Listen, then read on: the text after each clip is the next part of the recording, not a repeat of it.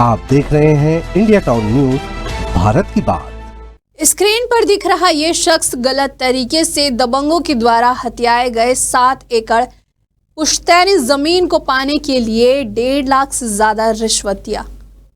फिर भी बंदोबस्त सुधार में 2 साल लगे। अब कार्यालय के चक्कर लगाते थक चुका परिवार 14 जुलाई से कलेक्ट्रेट में अनिश्चितकालीन भूख हड़ताल पर बैठेगा। इसके बाद भी अगर काम नहीं हुआ तो सामूहिक आत्मदाह की चेतावनी। कब मिलेगा न्याय? क्या गरीब की पुश्तैनी जमीन दिलाना भी सरकार के बस में नहीं है? हम बात कर रहे हैं गरियाबंद जिले के मोहरा नागेश की, जो अपने परिवार के साथ पिछले 5 सालों से इसी सवाल के जवाब के लिए तहसील और कलेक्टर कार्यालय के चक्कर काट रहा है।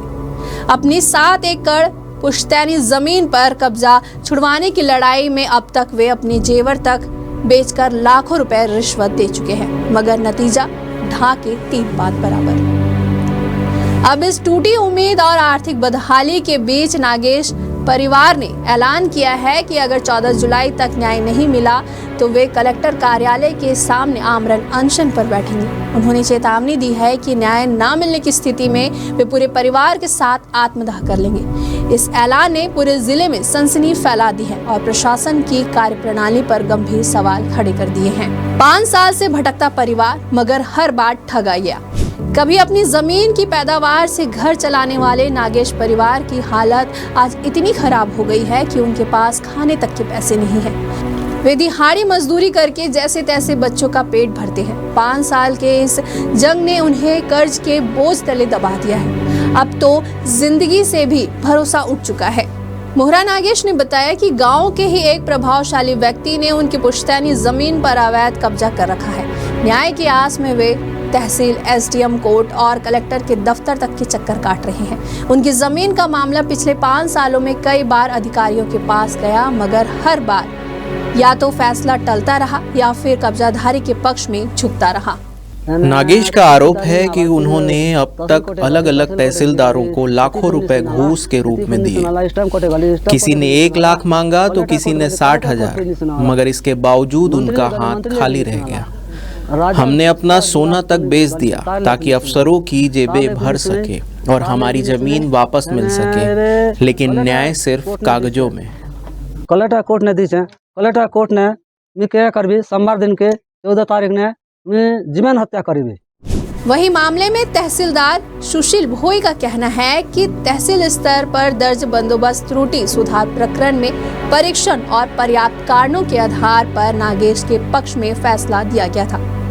उभय पक्ष के फैसले के विरुद्ध स्थगन आदेश ले आया गया है। वही नागेश के प्रकरण की सुनवाई अब एसडीएम दफ्तर में होगी। मुरहा जो कि ग्राम खरीबपत्रा के निवासी हैं, उनका मेरे यहाँ प्रकरण चल रहा था। बंदोबस्त त्रुटि का मामला है, तो उस प्रकरण में हमने मुरहा को कब्जा दिलाया हुआ था, आदेश करके कब्जा दिलाया हुआ था और अनाविध विधायक के द्वारा उसमें अपील की गई है। अपील करने के पश्चात अनुभागीय अधिकारी महोदय की ओर से स्थगन आदेश जारी हुआ है। अनुभागीय अधिकारी महोदय का जो भी आदेश आता है उस प्रकरण में, उसके अनुसार अग्रिम कार्रवाई की जाएगी। नहीं, मेरी उनसे वही गुजारिश है। जिस तरह न्यायालयीन प्रकरण के तहत हमने तहसील कार्यालय में हमने आदेश जारी किया हुआ था, चाहे उभय पक्षकार हो, उन्हें अपील में जाने की स्वतंत्रता होती है, तो वो अपील में गए हुए हैं। तो कृपया जिस तरह से वो मेरे तहसील कार्यालय में न्याय की उम्मीद रखे हुए थे, वही उम्मीद अनुभागीय अधिकारी महोदय के समक्ष भी रखें। जो भी विधिवत कार्रवाई होगी, जो भी विधिवत नियमतः होगा, वो नियमतः उनका फैसला होगा और हम उस फैसले का जो भी आएगा उसके हिसाब से हम कार्रवाई करेंगे। वहीं नागेश परिवार के आत्मदाह के इस ऐलान के बाद जिले में हड़कंप मच गया है। लोग पूछ रहे हैं कि आखिर प्रशासन किस बात का इंतजार कर रहा है? क्या गरीब की पुश्तैनी जमीन पर कब्जा हटाने के लिए भी सरकार इतनी लाचार है?